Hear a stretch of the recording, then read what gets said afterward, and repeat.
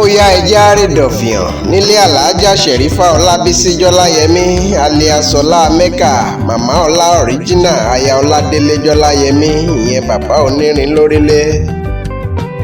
mebí ṣe làlájà Ṣẹ̀rílé lọ́dún láyé aya Jọláyẹmí ò sì lè gbòòrè olúwa mọ́ra ìyá Ọlámídé ń dúpẹ́ ìwà láàyè. ẹ kú ọdún o yèyé ọmọ tó yọ̀ sí àṣeyí ṣàmọ́dún o ìyá Adémọ́lá. aya Jọláyẹmí mi bí ọlọ́dún ní mọ́dún rẹ̀ lọ́dún lákòókò ń gbọ́ bíràn oyin tí ń mọ́dún nínú àǹfààrà oyin. ó kú àṣeyẹ òní o ọlá mọ́kà ọ̀tún ọ̀tún lọ́jọ́ yọ òní rámáyé. ayé ò nílò ọmọgbà tọmọtọmọ ògo rẹ títí ń búyọ òní wọ̀ọ̀kùn lójú aráyé àkọ́tún oore ńláńlá lọ́lá olúwa. Ọlá Mọ́kà mo gbọ́ tí wọ́n ń pè ẹ̀yin ní vice president ẹgbẹ́ beloved mothers tó kárí ayé ẹgbẹ́ olóríire. òyìnbó ẹlẹ́ńjìnà ajé a máa wọgbá o. nọ́mbà 8 Jimoh Odútọ́lá street ní Sùúrùlérè lọ́mọ ti gbé ń pawó ajé wálé. mi bẹ́yìn lẹ́ ń tojú lówó ọ́ìlì ìgbàlódé tí ń mú kọ́kọ́ òrìn geere lójú pópó. mobi oil lẹ́fẹ́ ni tàbí radiator coolant engine oil lóníranran wọ́n ń ta body filler pẹ̀lú tínà tí wọ́n fi ń kun mọ́tò. gbogbo ẹ̀yin ọlọ́kọ̀ àdáni àtọlọ́kọ̀ èrò gbogbo ẹ̀yin panebitas pátápátá ẹ má làágùn jìnnà ẹ kàn sálàájà Sherifa ìyá Ọlá Ọ̀ríjínà tí ń tojú lówó àwọn kì í tagbárọ́ gùdù. àní wọ́n ń bẹ ní nọ́mbà 8 Jimoh Odútọ́lá ní Sùúrùlérè. aya Jọláyẹmí ẹ kú ọdún òní yèyé mi ọmọ wọn ní Ìdọ̀fìàn Mòye ìlú ọ̀run ńlá. bẹ́ẹ̀ bá ti dé Ìdọ̀fìàn Mòye ẹ ò nílò àti béèrè pọ́mọ ń kọ́ tàbáyà ń kọ́ nílé ẹ ṣáà ti béèrè pé ṣe láà bàbá wọn solóko.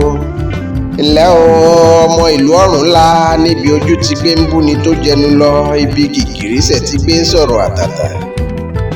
ilẹ̀ ọmọ yọ̀yìn òye àkàsọ̀ faratilẹ̀ wòmí jẹ́ ń dúkìá ọ̀rẹ́lẹ̀ yèyé rẹ nílọrin àfọ̀njá inú dùn jù yọ lọ ọmọ mọ́rẹ́lẹ́ wá ọmọ àìdókò láyà jù ọmọ ìgbìn ìrìn ọ̀tẹ̀. àwọn gangan ló pọ́ múlẹ́rò mọ́jà lẹ́kàn níbi wọ́n ti gbé mẹ́ṣin ń ṣe gógún tí wọ́n ti gbé ń fa àkọ́kọ́ ṣòro. àwọn lají fi kálámọ̀ dámọ́lẹ́kùn àrè ṣe kọ́ńdó òpó kájàkàrà ọ̀yọ́ abílédèṣú káwá wẹ́ni ó lọ́ba jura wọn lọ. wọ́n mọ òpó kọrọbítí lálẹ́ èdè ọ̀yún òpó pọ̀ràn nílé yín wọ́n ní ká kọjú rẹ̀ síná iná òpọ̀ràn wọ́n ní ká bomi paná. mébòmí ògbọ̀ràn nílé yín bàbá yín ní kí wọ́n fi pọtí líle ọtí líle náà gbọ̀ràn bàbá yín ní kí wọ́n gbé fọmọ líle ọmọ líle náà gbọ̀ràn bàbá yín ní kí wọ́n kọjú ọmọ líle sógun. àfọ̀njá lọmọ tí bàbá yín ní kí wọ́n kọjú rẹ̀ sógun mebí ogun náà làfọ̀njá lọ tí ó padà wá lé mọ́ o ọmọ mọ́rílé wá ti bógun lọ Ìlọrin àfọ̀njá inú dùn jù yọ ọmọ mọ́rílé wá mo kí yín dọ́gba. n ò rí aya Jọláyẹmí bóun mi máa tó kì ọ́ra pa ọ̀tún ilé olómù apẹ̀rán nílé yèyé rẹ náà ni. ilẹ̀ ọmọ ọlọ́rọ̀ agogo àṣìgbà lọ́nà tòmùtòmù. mebí ẹran lónù ló mú níjọ́sí bàbá yín pé kí wọ́n má fi lọ wá o àwa kì í ṣe gbẹ́rangbẹ́ran. àgùntàn kan bọ̀lọ̀jọ̀ lónù ló mú níjọ́sí bàbá yín pé ẹ má fi lọ wá àwa kì í ṣe gbẹ́rangbẹ́ran. n ò rí wúndí akọ̀rọ̀ pọ̀dọ̀ wá nù ló mú níjọ́sí bàbá yín pé kí wọ́n má rìn lẹ́sẹ̀ wá o pẹ́lẹ́ṣin ni kí wọ́n rán wá torí pẹ̀yìn lọ́mọ arọ́pọ́ ńlá jomi tó ro ẹṣin. ilẹ̀ ọmọ olómù apẹ̀rán ọmọ ọlọ́rọ̀ agogo àṣìgbà lọ́nà tòmùtòmù. màmá Ọlá Ọ̀ríjínà òòrè kò wá ní dára kí n fárí apá kan yìí kan nù jẹ́ ń sáré délé bàbá onírin lówó dé ọmọ Tápà lè ń pé jiná náà bàbó. aláàjà tó lọ fẹ́ wọn nílé Tápà ẹ ò wá bá ń bí pé ṣé ò ti múra àti gbégunnu. ńlẹ̀ ọmọ Tápà lè ń pe ọmọ afàmùṣèlú tí ń fojoojúmọ́ fẹ́ náà kúlíkúlí. mebí bí n bá yan Tápà lálẹ́ òun jẹja ńlá àfàìwá yan Tápà lálẹ́ ìṣín wẹ́wẹ́ ni wọ́n ó sì lẹ́ja fún mi nínú ọbẹ̀.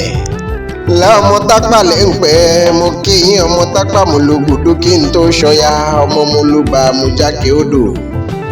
bàbá onírin lórílẹ̀ ẹ kú ìnáwó táyà yín o aláàjà Sherifa Ọlá Mẹ́kà àṣeyí ṣàmọ́dún lágbára olúwa.